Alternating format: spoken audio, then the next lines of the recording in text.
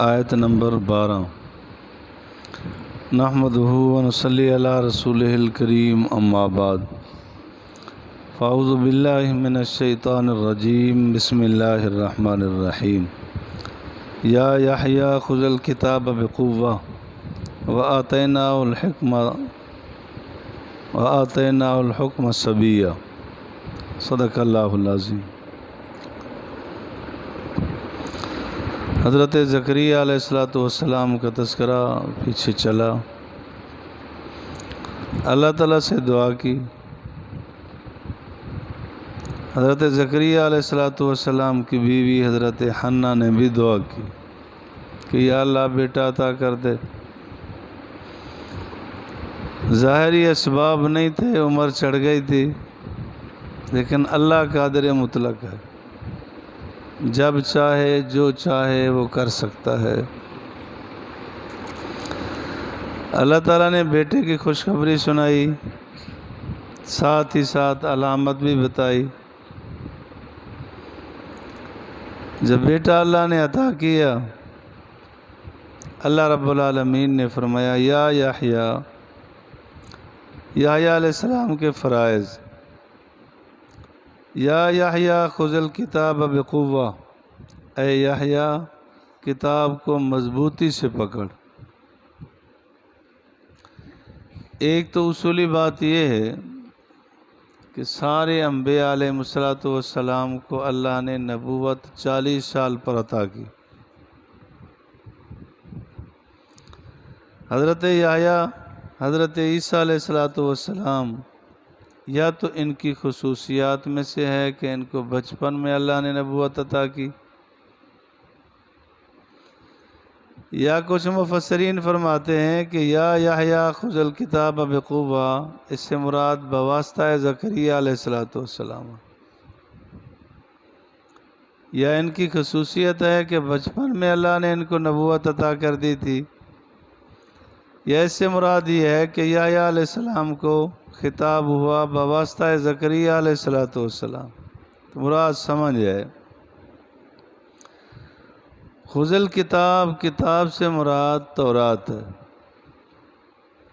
جو منزل من السماء کتابیں ہیں، آسمان سے اتری، ان میں تورات، زبور، انجیل اور قرآن پاک بڑی کتابیں۔ سب سے بڑی کتاب عظمت والی قرآن پاک، اس کے بعد پھر مقام ہے تورات کا، اور انجیل تو ایسے ہی سمجھیں کہ جیسے اصل ہے اور اس کا کنارہ حاشیہ ہے، تو تورات اصل ہے، انجیل اس کا حاشیہ ہے، اور اس کے بعد مقام ہے زبور کا۔ تو انجیل تو اتری ہی بعد میں، اس وقت تورات ہی تھی، تو اللہ فرما رہے ہیں یا یحییٰ خذ الکتاب بقوہ، کہ تورات کو مضبوطی سے پکڑو اور عمل کرو اور کراؤ۔ تھوڑا سا فرق بتلایا جاتا ہے کہ نبی اور رسول، رسول اسے کہتے ہیں جس کو نئی کتاب، نئی شریعت ملی ہو، اور نبی اسے کہا جاتا ہے کہ جس کو حکم تو الگ نبوت کا ملا ہو، لیکن جو پہلی کتاب پہ چلانے کا حکم ہو، چلنے اور چلانے کا حکم۔ تو زکریہ یحییٰ علیہ السلام کو حکم ہے کہ تم تورات پر مضبوطی سے چلو، عمل کرو۔ یا یحییٰ خذ الکتاب بقوہ، نبی کو بھی حکم ہے اور نبی کے امتی کو بھی حکم ہوتا ہے کہ بڑی مضبوطی کے ساتھ چلو۔ آپ علیہ السلام نے حجۃ الوداع کے موقع پر ارشاد فرمایا تھا کہ میں تمہارے اندر اللہ کی کتاب چھوڑ کے جا رہا ہوں، اس کو مضبوطی سے پکڑنا۔ ایک روایت میں یوں بھی آتا ہے ترکت فیکم امرین لن تضلوا ما تمسکتم بہما کتاب اللہ و سنت رسولہ، وہاں آپ علیہ الصلوۃ والسلام نے حجۃ الوداع کے موقع پر وہی طرح ہی فرمایا کہ کتاب اللہ کو مضبوطی سے تھام کے رکھنا اور میری اطرت کو بھی، میرے اہل بیت کے ساتھ بھی مضبوطی سے تھمے رہنا، جمے رہنا۔ تو کتاب پر مضبوطی سے اندازہ لگائیں کہ قرآن پاک وہ عظیم کتاب ہے کہ اس کتاب کے اترنے کے بعد نہ کسی نبی کی نبوت چل سکے، نہ کسی نبی کی کتاب کے احکامات چل سکیں۔ مشہور حدیث ہے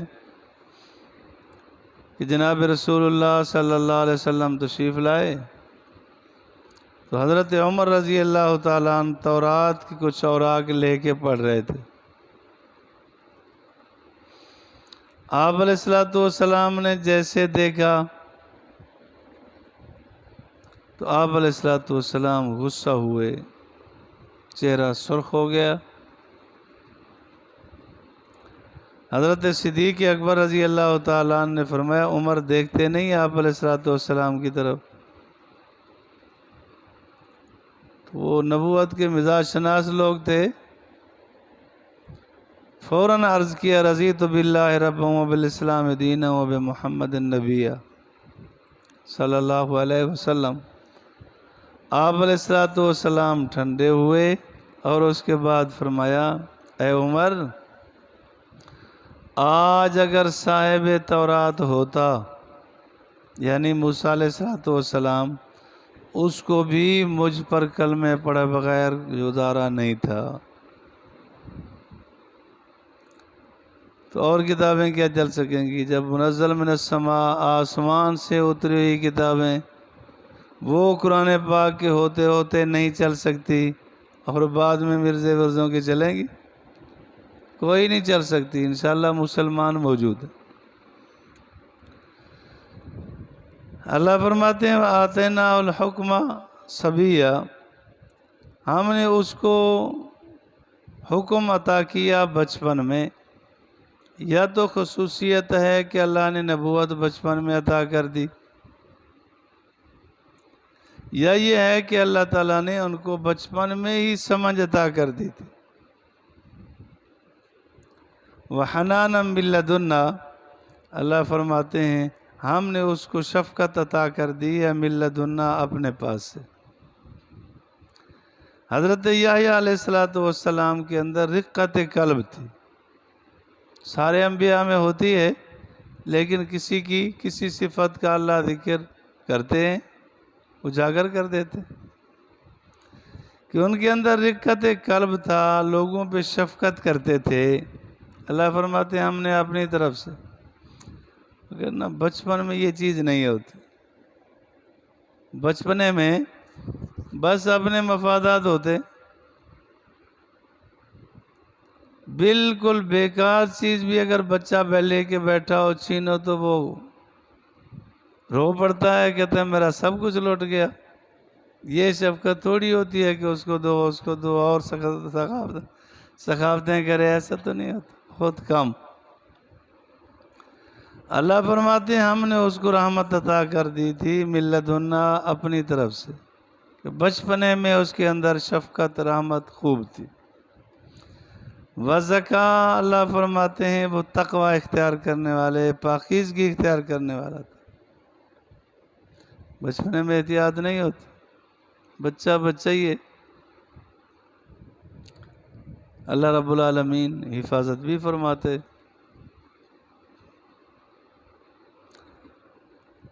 سیدہ آمنہ بھی فرماتی ہیں، سیدہ حلیمہ بھی فرماتی ہیں کہ آپ علیہ الصلوۃ والسلام نے بچپنے کے زمانہ میں کبھی بھی کپڑا خراب نہیں کیا۔ جب قضاء حاجت کی ضرورت ہوتی تھی تو ٹائم بہ ٹائم فرماتے کپڑا کبھی بھی خراب نہیں ہو۔ اللہ یوں بھی حفاظت فرماتے ہیں۔ نبی ہوتا ہے، اللہ ہر طرح حفاظت فرماتے ہیں۔ وَكَانَ تَقِيًّا، فرمایا وہ بڑا تقوی والا تھا، تقی تھا۔ وبرم بوالدیہ، اور صفت یہ تھی کہ اپنے ماں باپ کا فرما بردار تھا، اپنے ماں باپ کے ساتھ حسن سلوک کرنے والا تھا. یہ بڑی صفت ہے. ماں باپ کا احترام کرنا، حسن سلوک کرنا بہت بڑی چیز ہے. اللہ فرماتے ہیں وَلَا تَقُلْ لَهُمَا اف، والدین کو اف نہ کہو. اف کا معنی کیا جاتا ہے کہ باپ نے بلایا، ماں نے بلایا، اس نے آگے کہا ہوں یا آگے کہا ہاں، یا یہ ہے کہ ماں باپ نے بلایا اور یہ ماتھے پہ بل چڑھانے لگا. یہ وَلَا تَقُلْ لَهُمَا اف میں داخل ہے.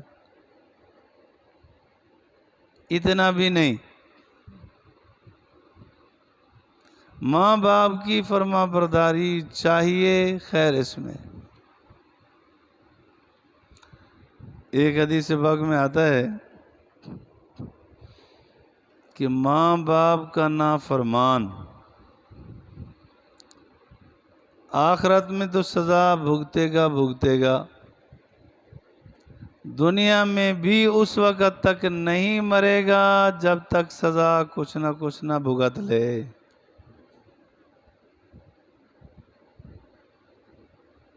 ماں باپ کی نافرمانی معمولی برا عمل نہیں ہے. فی الحیات قبل الممات کے الفاظ ہیں کہ زندگی میں بھی وہ سزا بھگت کے مرے گا.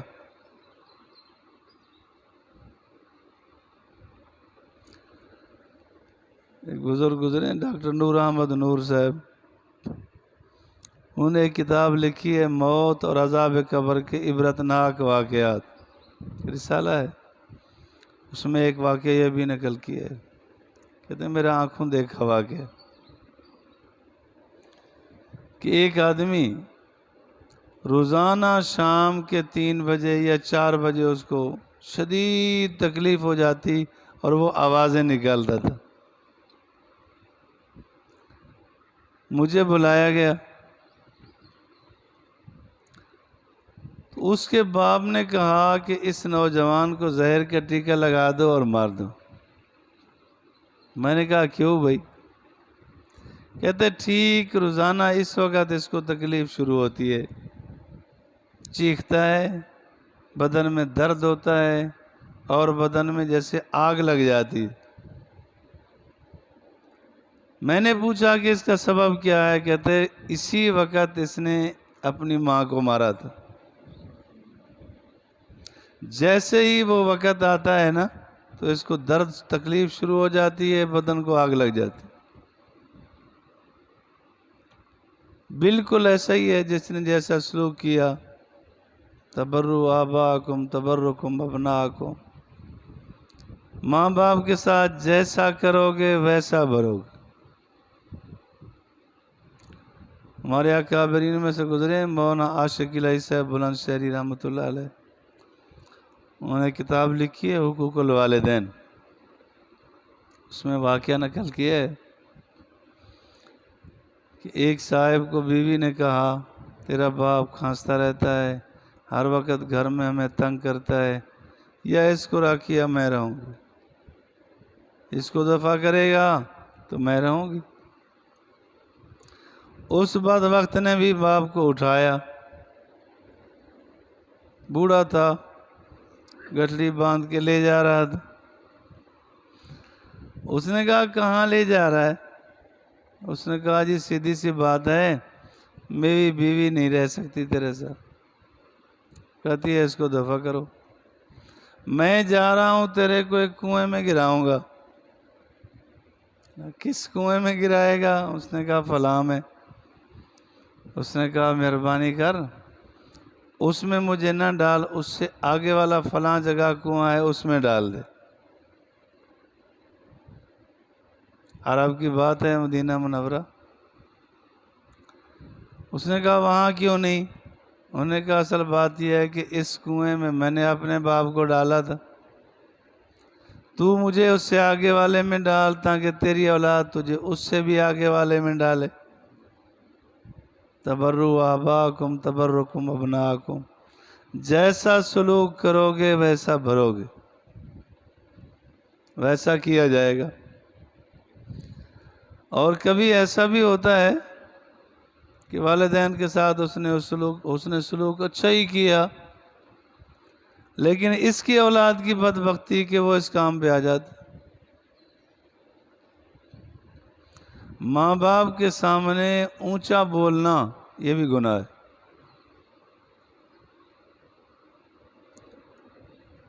ماں باپ کے سامنے تو فرمایا ایسے بولے۔ سعید ابن مسیب رحمۃ اللہ علیہ فرماتے ہیں کہ جیسے سخت ترین آقا کے سامنے غلام بولتا ہے، وہ سخت ہے، سزا دے گا، تو بڑے ادب اور احترام کے ساتھ بولے، دبی آواز میں بولے، اونچی آواز میں نہ بولے۔ بے شمار واقعات ہیں والدین کی نافرمانی کرنے والے دنیا میں عبرتناک سزا بھگت کے گئے۔ استغفر اللہ العظیم۔ وبرم بوالدیہ، فرمایا اس کی صفت یہ ہے کہ اپنے ماں باپ کا فرما بردار ہے۔ ولم یکن جبارا عصیا، اور نہ وہ جبار ہے نہ نافرمان ہے، سرکش بھی نہیں۔ سرکش ہونا اچھی صفت نہیں ہے، عصیہ نافرمان بھی نہیں ہے، فرما بردار ہے اپنے والدین کا۔ اللہ فرماتے ہیں وسلام علیہ، اس پر سلامتی ہو۔ یوم ولدا، جس دن پیدا ہوا، ویوم یموت، اور جس دن مرے گا، ویوم یبعث حیا، اور جس دن وہ زندہ اٹھایا جائے گا۔ تو اللہ تعالیٰ نے سلامتی بھیجی پیدائش پر بھی، وفات پر بھی، اور پھر قیامت کے دن اٹھنے پر بھی۔ ایسی زندگی انسان گزارے کہ اللہ کی اس پر رحمت ہی رحمت ہو۔ اللہ مجھے اور آپ کو فہم قرآن نصیب فرمائے، فہم حدیث اتباع سنت نصیب فرمائے۔